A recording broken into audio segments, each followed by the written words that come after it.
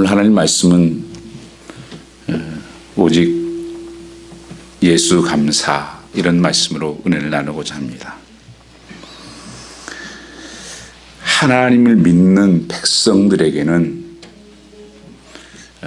그리스도인과 그리스도인이 아닌 사람과의 다른 분명한 증거가 있습니다. 같이 사는 것 같지만 전혀 다른 사람이라고 하는 것입니다. 이 세상에 속한 자가 아니라 하나님 나라에 속한 자녀라고 하는 것입니다. 그래서 믿지 않는 자들과 또 가짜 그리스도인과의 차이는 분명히 있는 것입니다. 몇 가지 차이가 있는데 그 중에 한 가지가 늘 하나님의 임재를 우리가 체험하면서 하나님과 동행하는 삶을 살고 있는가 하는 것입니다. 또 한 가지를 우리가 본다면 성경의 말씀이 나를 변화시키고 있는가, 그 말씀이 내 삶에 역사하는가 하는 것을 보면 알 수가 있습니다. 또한 데살로니가서 5장 16절부터 말씀에 너희가 항상 기뻐하라, 이 범사에 감사하라, 쉬지 말고 기도하라, 이것이 너희를 향하신 하나님의 뜻이다 이렇게 말씀하시면서 그 예수 믿는 증거가 될 수 있는 것이 예수를 말미암아서 내 안에 기쁨이 날마다 있는가 하는 것이고, 이 감사가 있는가, 기도가 있는 것이 바로 그리스도인의 증거라고 하는 것을 말씀하고 있습니다. 오늘 특별히 이 범사에 감사하라고 성경은 말씀하시죠. 범사에 대해 감사하는 자가, 이게 하나님의 뜻이고, 그러므로 성도는 정말 믿는 구원받은 성도라면 이 범사에 감사가 있어야 한다는 것을 말씀하고 있습니다. 그것이 그리스도인다운 백성의 뚜렷한 증거입니다. 오늘 이 말씀을 들으시면서 여러분이 정말 나는 그리스도인의 삶을 살고 있는가 한번 내 심령을 살펴보시기를 축복합니다. 오늘 고린도서 3장 15절 말씀을 보면 그리스도의 평강이 너희 마음을 주장하게 하라. 너희는 평강을 위하여 한 몸을 부르심을 받았나니 너희는 또한 감사하는 자가 되라. 이 그리스도의 평강이 임한다고 하는 것은 감사가 주어질 때 나타나는 것이라는 것입니다. 이 감사가 있는 삶에 하나님의 평강이 내 삶 속에 주어집니다. 그런데 이 평강이 주어지는 것은 이 감사가 그 무엇인가 구체적으로 오늘 감사하는 본문 15절 17절 말씀에는 한 절씩 다 감사라는 말이 나오고 있습니다. 그런데 한국말은 같은 말이지만 본래 언어에는 조금씩 다른 단어를 썼어요. 영어 성경에 보면 15절은 grateful한 삶, 16절은 grace, 17절은 give thanks, 다 이런 단어를 썼는데 그 본래 다 같은 의미는 뭐냐면 은혜라고 하는 것입니다. 그러니까 감사라는 것이 어디서 왔는가? 감사는 은혜 받은 사람이라는 뜻입니다. 은혜를 늘 품고 살아가는 삶이 감사의 삶이라고 성경은 말씀하고 있는 것입니다. 그래서 평강은 어디에서 오느냐 하면 은혜 속에서 오는 거예요. 날마다 내가 하나님의 말씀에 은혜가 내 삶 속에 부어지고 기도로 하나님의 은혜가 부어지는 곳에 그것이 모아져서 감사로 그 평강으로 나타난다고 하는 것입니다. 그래서 우리가 이 감사한다는 것은 하나님의 주신 은혜를 기억하고 그 은혜에 감사하는 삶, 이것이 감사절이라고 하는 것을 말씀하고 있습니다. 그래서 우리가 하나님 믿지 않는 사람, 영원히 하나님 나라에 속하지도 않는 사람은 절대 감사할 수가 없습니다. 어떻게 범사에 감사할 수가 있겠습니까? 어떻게 항상 기뻐할 수가 있겠습니까? 이건 불가능한 것입니다. 오늘도 여러분 예수 믿으면서도 이거 안 돼 하는 사람은 예수 잘 믿지 못하는 사람이에요. 여러분 헬렌 켈러라는 여사를 아실 것입니다. 이분은 삼중고라고 그러죠. 눈도 못 보고 귀도 안 들리고 말 못하는 그런 분이었습니다.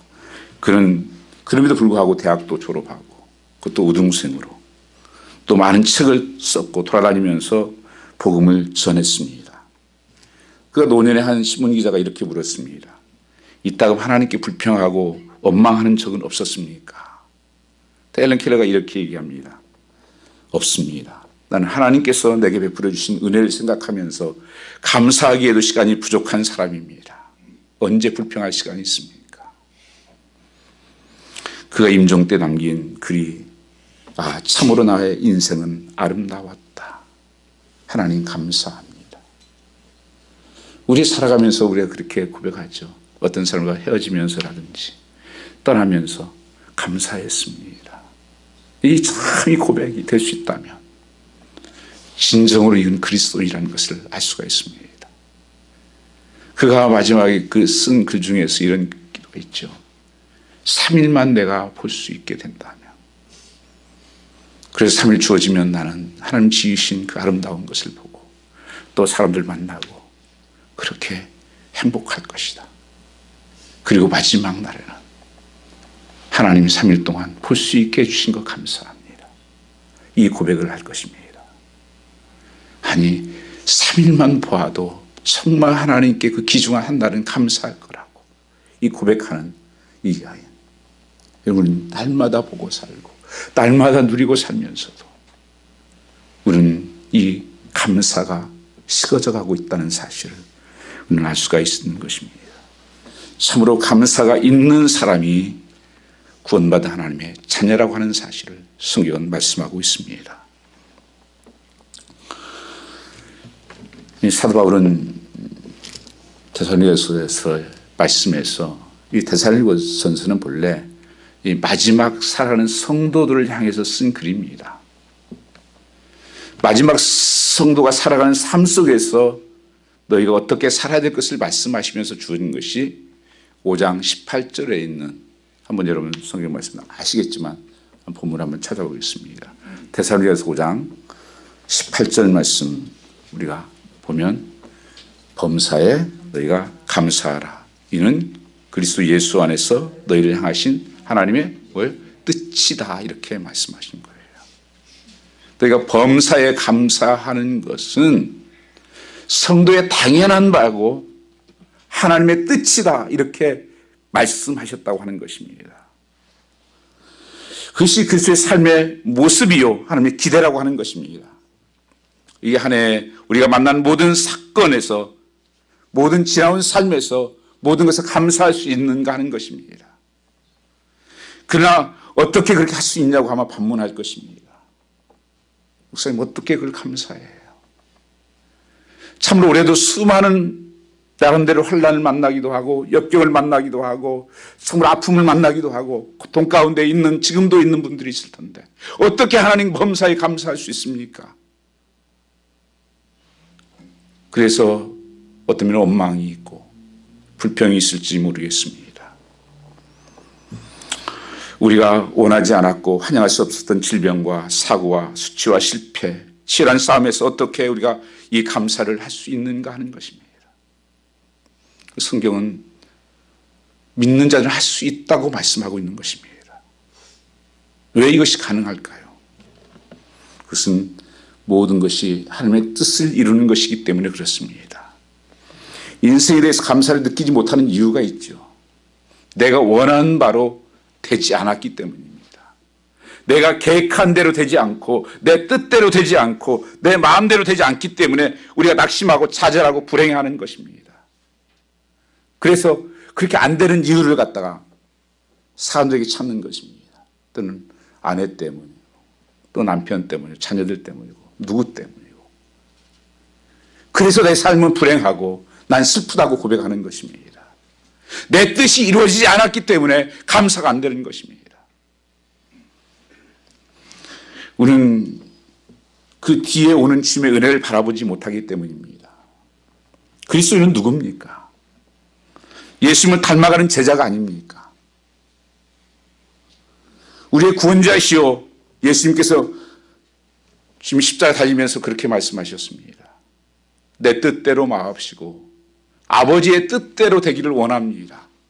우리에게 주기도문을 가르쳐 주시면서 뭐라고 말씀하셨습니까? 하늘에서 뜻이 이루어진 것 같이 땅에서도 이루어지이다.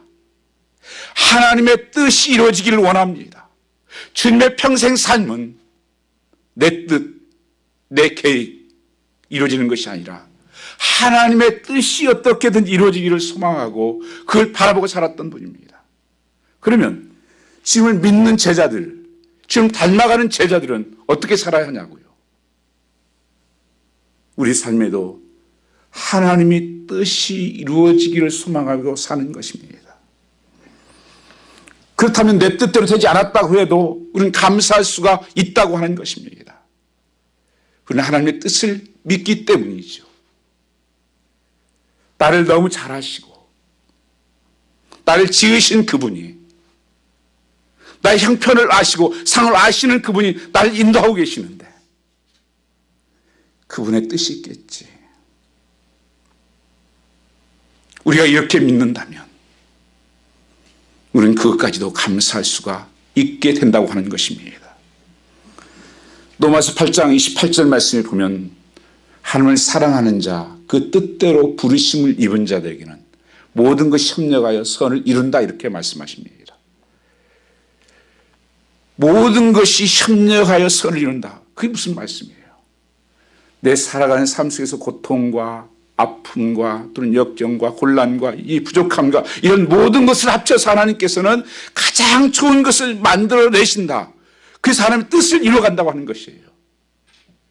이 하나님의 뜻이, 우리 아버지는 가장 우리에게 좋은 것을 주시는 분이십니다.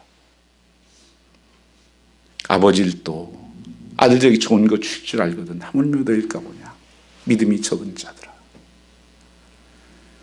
지나고 보면 하나님께서 이렇게 인도하셨구나, 하나님께서 이러시려고 그러셨구나 깨닫게 된다고 하는 것입니다.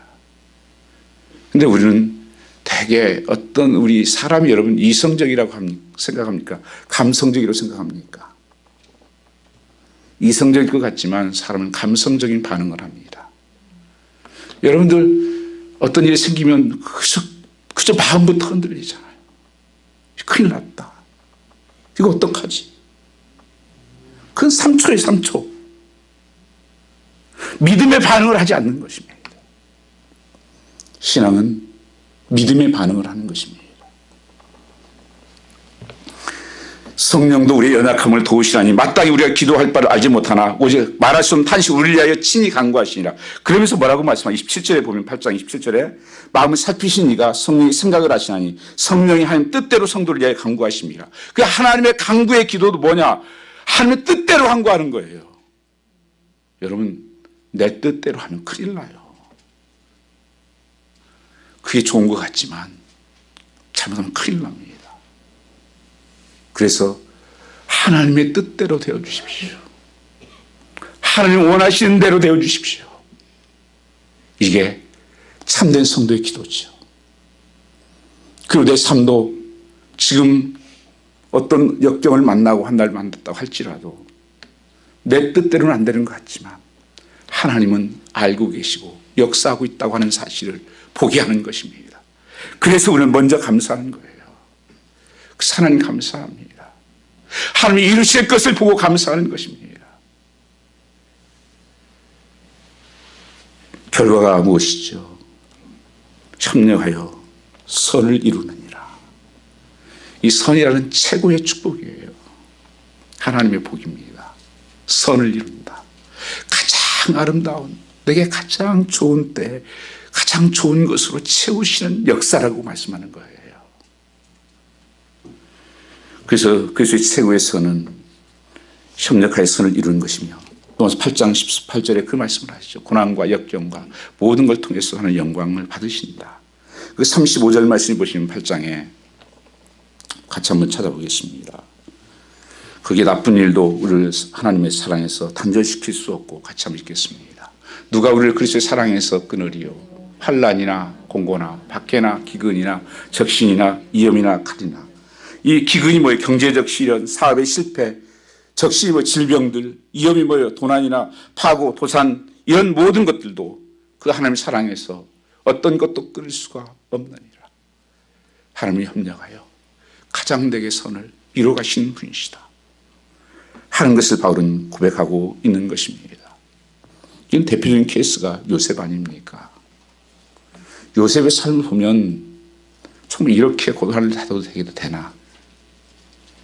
그것도 형제들에게 팔리고 죽을 수밖에 없는 구덩이에 집어넣고 노예로 팔아버리고 애매하게 강간미수으로 감옥에 갇히고 또 감옥에서 가난들 꿈을 해석해 주었더니만 그 사람들은 배신을 하고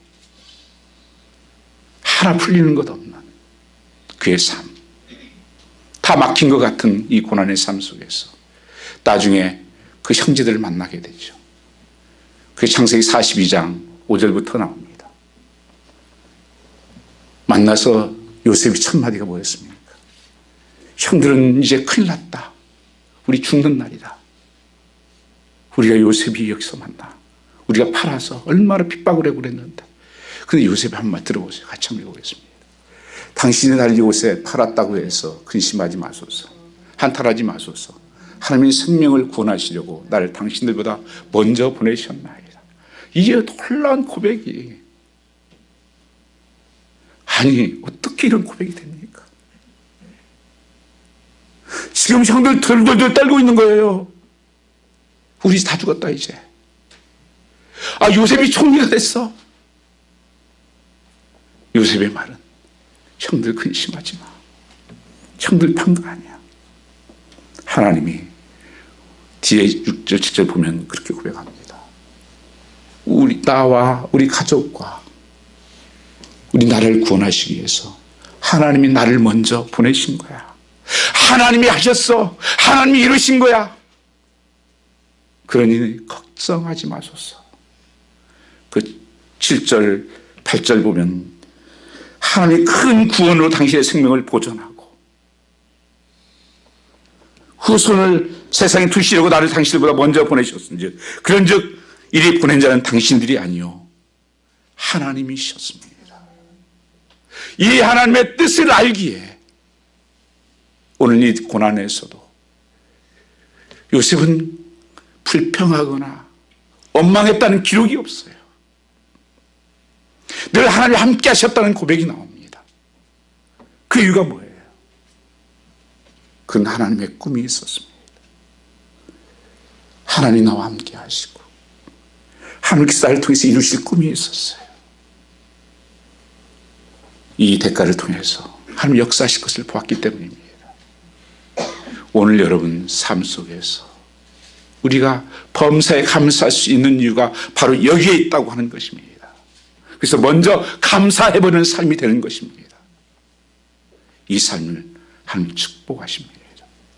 왜요? 이게 하나님이 원하시는 것이기 때문에, 이게 하나님 명령이기 때문에. 그래서 17절 오늘 본문 보면 무엇을 하든지 말에나 이래나 다 주 예수의 이름으로 하고 그를 힘입어 하나님 아버지께 감사하라. 무엇을 하든지 말에나 이래나 나의 입술의 모든 말과 나의 모든 묵상이 주께 연락되기를 원하나요. 예수의 이름으로 하고 내 힘으로 하는 것이 아니라 그를 힘입어서 그 능력이 하나님입니다. 아버지께 감사하라. 오늘도 여러분 내 입술에서 이 감사가 터져나오기를 축복합니다. 가끔 어떤 분은 하나님 무섭다는 얘기를 합니다. 물론 창조주 하나님이시고 두려우신 하나님, 죄를 보실 수 없는 하나님이에요. 죄 징벌하신 하나님이십니다. 그러나 하나님은 우리를 죄와 절망에서 구원해 주신 구원의 하나님이시라는 것을 믿어야 된다고 하는 것입니다. 죄와 절망 가운데 우리를 구원해 주시고 가난과 저주 가운데서 우리를 질병과 고통 가운데서 우리를 구원해 주신 좋으신 하나님이라고 하는 것입니다. 그래서 우리가 찬양하잖아요. 좋으신 하나님. God is good. 하나님은 너무 좋으신 분입니다. 그분 우리 아버지십니다. 어른들 옛날 기도하고 보면 주여 이렇게 부르짖는 기도를 많이 들었었습니다. 어렸을 때 보면. 그냥 오셔서 주여 나를 불쌍히 여겨주십시오. 아버지 그렇게 기도하는 분도 많아요. 정말 하나님 나의 아버지 되시면 끝나잖아요. 주께서 나를 불쌍히 여기시면 끝나잖아요. 시편 62편 1절에 다시 이렇게 고백합니다. 나의 영혼이 잠잠히 하나님만 바라며 나의 구원이 그에게서 나오는도다. 하나님께서 주시는 모든 은택을 잊지 말라고 그러면서 고백합니다. 나의 모든 죄악을 사하시며 오늘 내 삶 속에서도 하나님은 구원을 이루신 하나님이십니다. 우리가 은택을 잊지 않아야 될 것 중에 하나가 나를 구원하신 하나님이에요. 나를 위해 십자가 지신 예수 그리스도. 그 은혜가 아니었다면 어떻게 우리가 지금까지 살아있을 수가 있겠습니까? 제 문제는 누구도 해결할 수 없었습니다. 오직 하나님만 해결할 수 있는 분이었고 오직 독생자 예수 그리스도를 이 땅에 보내셔서 우리의 죄를 용서하시고 구원케 하시며 부활의 소망으로 영원한 나라를 바라보게 하셨습니다. 그래서 이 땅에 살고 있지만 이 땅에 속한 자가 아니기 때문에 이 세상에 묶이지 않고 하나님께 영광을 돌리고 감사할 수 있다고 하는 것입니다. 이 세상에 있는 것들 다 썩어질 것들이에요. 가끔 맨하탄을 이렇게 가게 되면 그 마천루의 빌딩들을 이렇게 쭉 볼 때가 있습니다. 소돔의 도시 같고 고모라 같은 도시. 네, 여러분 마지막 때 어떻게 된 줄 아십니까? 그 빌딩들이 다 무너질 것을 아십니까? 사람들이 쌓은 공력들 하루아침에 다 무너지는 거예요. 여러분 무엇 때문에 우리가 감사가 없습니까? 디모데후서 3장 말씀 보면 마지막 때의 특징을 그렇게 말씀하세요. 감사가 없다. 한번 같이 읽어보겠습니다. 사람들이 자기를 사랑하며 돈을 사랑하며 자랑하며 교만하며 비방하며 부모를 거역하며 감사하지 아니하며 거룩하지 아니하며 말세에 고통하는 때가 이르면서 주신 말씀이잖아요. 특징으로 나타나는 것이 이 감사가 없는 거예요. 믿는 자의 특징은 감사인데 요한일서 4장 10절 말씀에 보면 사랑은 여기 있으니 우리가 하나님을 사랑하는 것이 아니요 하나님 우리를 사랑하사 우리를 죄를 속하기 위하여 화목제물로 그 아들을 보내셨습니다. 우리가 하나님을 알지도 못하던 때 하나님 먼저 우리를 사랑하사 독생자 예수 그리스도를 화목제물로 우리를 구원하시기 위한 제물로 들으셨다는 것입니다. 그가 죽으셨다고 하는 것입니다. 나 살리기 위해서. 요새 인구가 한 78억 됩니다. 그 중에서 나를 택하시고 나를 사랑하셨다. 나를 구원하셨다고 하는 이 놀라운 축복. 화목제물로 내우셨다는 인간을 상상할 수 없는 사랑입니다. 성도의 삶은 이 같은 하나님의 사랑에 대한 확인과 응답의 삶이 은혜로 감사하는 것입니다. 그 은혜를 생각할 때마다 하나님 감사합니다. 사도 바울이 내가 나 된 것은 하나님의 은혜입니다. 이게 감사예요. 약할 때도 감사합니다. 하나님 감사합니다. 그 큰 사랑 우리는 전혀 보답할 수 없으니 그러므로 우리는 뭐예요? 감사하는 자가 되라. 감사가 여러분 하나님 앞에 그 은혜에 보답하는 거예요. 하나님 감사합니다. 모든 것 주신 감사합니다. 오늘 집사님 찬양해요. 모든 것 감사합니다. 하나님의 은혜가 있었기에 사도 바울이 자기가 있다는 것이고 살아가는 삶에 때로는 돈도 필요하고 또 치료받는 것도 필요하고 그러나 보다 중요한 것은 예수 믿고 구원받는 자녀가 되는 것입니다. 그 어떤 것과 바꿀 수 없는 것입니다. 이 감사가 여러분이 정말 내 영혼을 구원하신 영원한 그 나라를 바라볼 수 있는 눈을 열어주신 그 하나님께 감사가 없다면 그건 진짜 감사가 아니에요. 세상의 감사는 우리가 해피하다고 그러잖아요. 해피.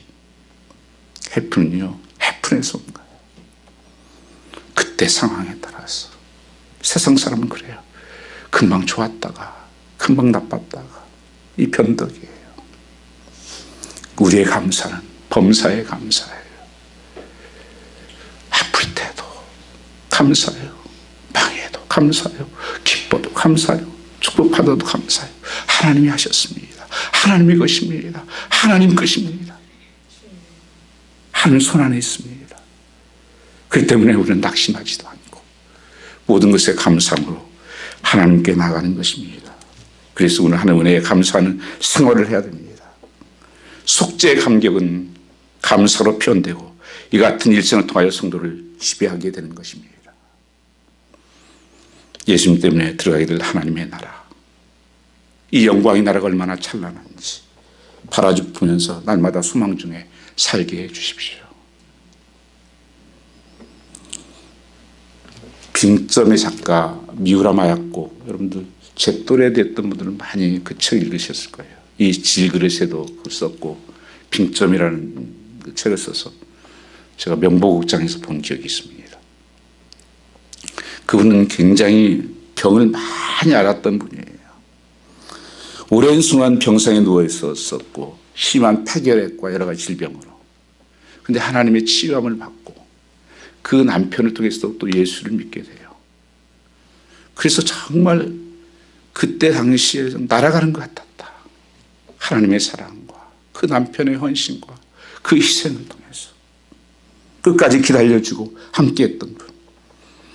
그리고 하나님 문제로 치유됐고 5년이 지나 자기 자신을 보니까 너무 눈물 나도 고마웠는데 몇 년 지나면서 자기가 그런 시를 하나 썼습니다. 그 고마운 마음이 시들어 가더라는 것입니다. 그 사랑에 대해서 익숙해지면서 은혜에 대해서 익숙해지면서 하나님 사랑도 당연히 여기게 되었다는 것입니다. 그래서 남편의 신경질도 내고 화도 내고 미워하기도 했다는 것입니다. 하나님은 멀어지고 어느 날 기도 중에 자신이 이래서는 안 된다는 것을 깨닫게 합니다. 그래서 하나님 앞에 기도합니다. 하나님 은혜에 익숙해지지 않게 해주세요. 은혜에 익숙해지지 않도록 노력하게 해주십시오. 은혜에 익숙해지면 감사를 드릴 수가 없습니다. 형식적인 감사가 됩니다. 여러분 한때 여러분 다 그런 은혜를 받았던 사람들 아닙니까? 하나님의 그 치유를 받았던 분 아닙니까? 구원받은 사람들 아닙니까? 그렇게 사랑했던 사람들 아닙니까? 지금 그 은혜가 그 감격이 사라져가고 있지 않습니까? 이게 죄예요. 이게 가장 큰 병입니다. 미우라가 그걸 깨달았습니다. 우리는 마음을 담은 감사. 하나님 정말 감사합니다. 지금까지 지내온 것 주의 은혜예요. 우리 찬송 한 장만 같이 460장 1절만 한번 같이 부르겠습니다. 460장입니다. 460장.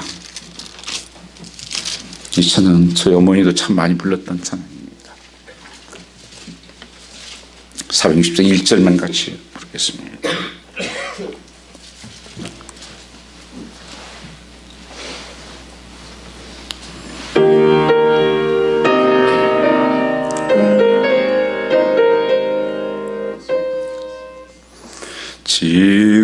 지금까지 지내온 것 주의 크신 은혜라 한이 없는 주의 사랑 잊지 이루 말하랴 자라깨나 주의 손이 항상 살펴주시고 모든 일을 주 안에서 형통하게 하시네.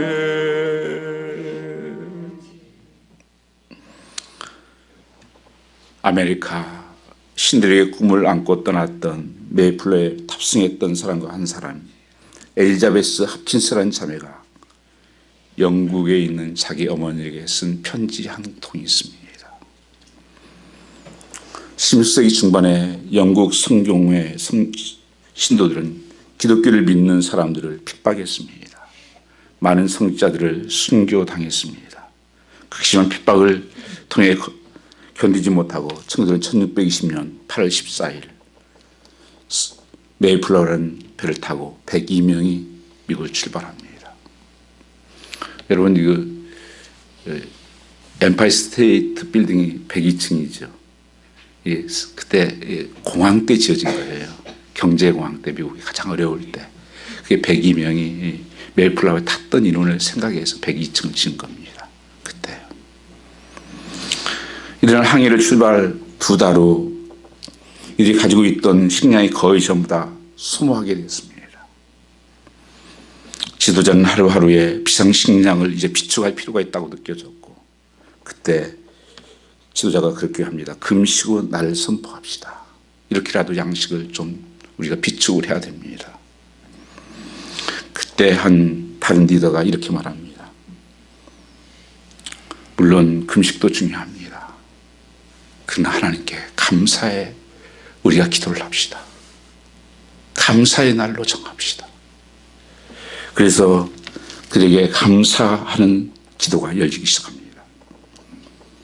그러면서 이렇게 기도합니다. 아직도 우리 중에 건강하고 생존하고 있다는 것, 우리 마음속에 아직도 신들에 대한 꿈이 있고 하나님 나라에 대한 소망이 있다는 것, 이것이 얼마나 감사한 일입니까? 그래서 그들 제안을 받으려 감사의 예배를 드립니다. 그러면서 하루 동안의 금식도 또 하면서 계속 감사의 기도를 드려요. 정확하게 닷새 후에 1620년 12월 20일 이런 프리머스 항구에 도착합니다. 정확하게 프리머스 항구는 11월 20일 오늘이에요. 거기는 캐프메이에 도착해요. 케이프코드라고 이렇게 프리머스의 낚시같이 고래 많이 나오는데 거기에 딱 11월 20일 도착했다. 프리스머스 항해 12월 20일 도착. 이런 농사를 지을 줄도 몰랐습니다. 거의 지식인들이었어요. 추운 겨울에 도착했기 때문에 전염병과 추위와 굶주림에 싸우면서 40명 이상이 죽습니다. 그 봄철에 뜻밖의 한 사람 인디안이 찾아와서 농사 짓는 법을 가르쳐줬고 지도를 따라 열심히 농사를 지었고 청교도는 필그림 그들의 추수할 곡식이 되어서 인디안 주장부터 시작해서 90명의 인디안들을 초청해서 추수감사절 예배를 드립니다. 이게 지구상의 첫 추수감사절 잔치였어요. 하나님께서 우리를 생존케 하신 것 감사하고 하나님께서 우리를 이 땅에 인도하셔서 또 이렇게 먹을 것을 주시고 우리 하나님 새로 믿을 수 있는 은혜를 주신 것 감사하다. 이 청교도 여성의 편지가 거의 마지막 부분에 이런 내용이 나옵니다. 우리 중에 많은 사람은 이제라도 배를 돌려 본고로 돌아가자고 주장하던 사람들도 있었습니다. 그러나 우리의 영적 지도자들은 그 대신 기도회를 제안했습니다. 우리는 온종일 기도하기로 했습니다. 기도 후에 블랙포드 목사님이 일어나서 이렇게 말씀하셨습니다. 하나님은 뒤로 물러가는 것을 기뻐하지 않으십니다.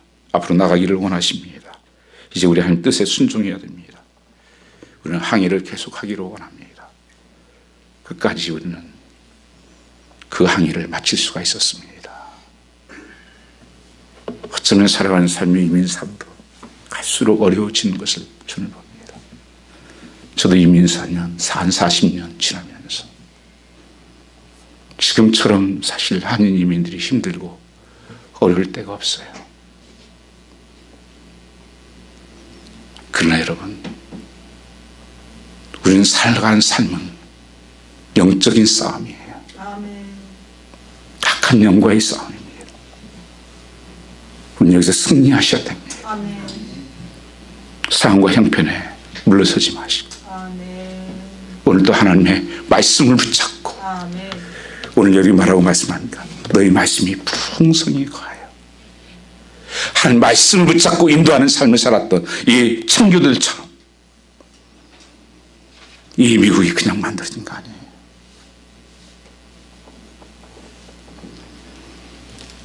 견딜 수 없는 상황에서도 포기하지 않고 왔던 길에 65일이 됐은 날 갑자기 누군가가 소리칩니다. 육지다 육지. 우리가 이제 살았다. 그들은 그 육지를 보면서 모든 사람들이 가판에 올라와서 무릎 꿇고 하나님께 찬양과 감사를 드립니다. 하나님이 함께 하셨구나. 하나님 우리를 이 땅에 인도하셨구나. 데브라우스 목사님은 시편 100편을 읽어주고 주 앞에 기도하고 찬양 함께 제안합니다. 우리는 신세계의 새로운 나라에 도착했습니다. 앞으로 무슨 일이 일어날지 모르겠으나 아브라함이 갈 바를 알지 못하고 하나님과 갔지만 하나님 함께 하셨던 것처럼 우리가 함께 하실 것입니다. 우리를 붙들어 주실 것입니다. 우리가 미래가 있는 곳에 우리는 있을 것입니다. 이 미국이 한 400년 만에 이런 세계적인 나라를 그냥 사람이요? 아니요. 하나님께서 이 나라를 세우신 것입니다. 블레포드가 그렇게 얘기했습니다. 후세들이요, 이 땅을 더럽히지 마십시오. 지금 너무 더럽혀지고 있어요. 믿음의 뿌리를 뿌리고 믿음으로 살았던 이 나라가, 이 백성들이 은혜를 잊어버렸습니다. 감사가 잊어버렸어요. 미국도 여러분 오면서 느꼈을 거예요. 참 감사가 있는 나라구나. 만나면 뭐 작은 일에도 그냥 감사, 땡큐. 애들 때부터 그걸 가르치잖아요. 이게 큰일이에요, 미국이요. 하나님을 몰아내고 있는 것이 큰일입니다. 여러분 가정에서 그렇게 하나님 붙들었던 가정들, 하나님 계십니까? 그분이 주인 되시고 왕 되십니까? 타락했습니다. 한국 교회도 마찬가지입니다. 좀 힘이 생겼다고, 뭘 좀 가졌다고 오만하셨습니다. 물질주의와 쾌락주의와 가소비와 우리의 부도덕과 우상숭배를 회개하고 하나님 앞에 다시 나와야 됩니다. 은혜를 기억하고 감사의 자리로 돌아와야 됩니다. 내가 어디서 왔는지, 무엇 때문에 왔는지. 자식 성공입니까? 잘 먹고 잘 사는 것입니까? 성도들은 그렇게 오지 않았습니다. 그 돈에도 그렇게 써놨잖아요. 우리는 하나님을 믿습니다. 대통령들도 거기 성경에다 손 얹고 기도하잖아요. 이제 형식이 되었습니다. 말씀대로 이 나라를 운영하겠다는 것이죠. 우리 교회도 하나님 말씀대로 이 교회가 하기를 원합니다. 우리 가정도 이제 말씀대로 다시 가겠습니다. 이 회복이 일어나야 됩니다. 하나님께 감사하는 자는 은혜를 아는 자예요. 예수님은 도무지 감사할 수 없을 때 감사했던 분입니다. 다니엘서 6장 말씀 보시면 6장 10절에 다니엘이 자기가 죽을 것을 알아요. 왕이 도장을 지킨 것을 알고도 전에 행하던 대로 창문을 열고 하루에 3번씩 기도하는데 무슨 기도를 했다고요? 감사의 기도를 했다는 거예요. 참 기가 막히잖아요. 자기 그렇게 하면 죽는 것 지금 지켜보고 있어요. 그거 잡으려고 했던 거예요. 그런데 전에 행하던 대로 하나님 앞에 그 믿음이 변하지 않은 것을 알 수가 있습니다. 폴에 잡혀있는 공화국에도 그가 총리가 되었을 때도 그 믿음이 변하지 않고 전에 행하던 대로 감사의 기도를.